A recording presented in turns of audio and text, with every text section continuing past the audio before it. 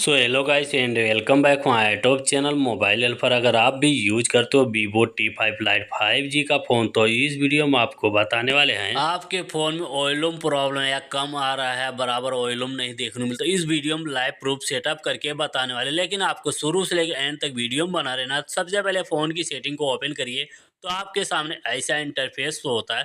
ऊपर search bar देखने मिलेगा, इस पर आप क्लिक करिए।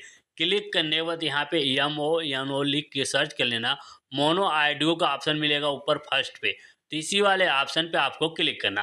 क्लिक करने के बाद मोनो ऑडियो अगर आप में बंद है तो इसको ऑन करिए। इसके बाद यहाँ पे वॉल्यूम का ऑप्शन मिल जाता है, अपने हिसाब से यहाँ पे ले जाइए, सेट कर लीजिए। जहाँ पे वॉल्यूम आपको बराबर देखने को मिलता है वहाँ पे ले जाके आपको खाली छोड़ देना है। इसके बाद आपको प्रॉब्लम जो रहेगा यहाँ से सोल्व हो जाएगा। यहाँ से करने के बाद बैक आ जाना, पूरा बैक आना। बैक आने के बाद यहाँ फ़ोन की सेटिंग में ही रहना, थोड़ा ऊपर की तरफ आपको स्क्रॉल कर लेना। साउंड एंड वाइब्रेट का ऑप्शन मिलेगा, इस पर क्लिक करिए।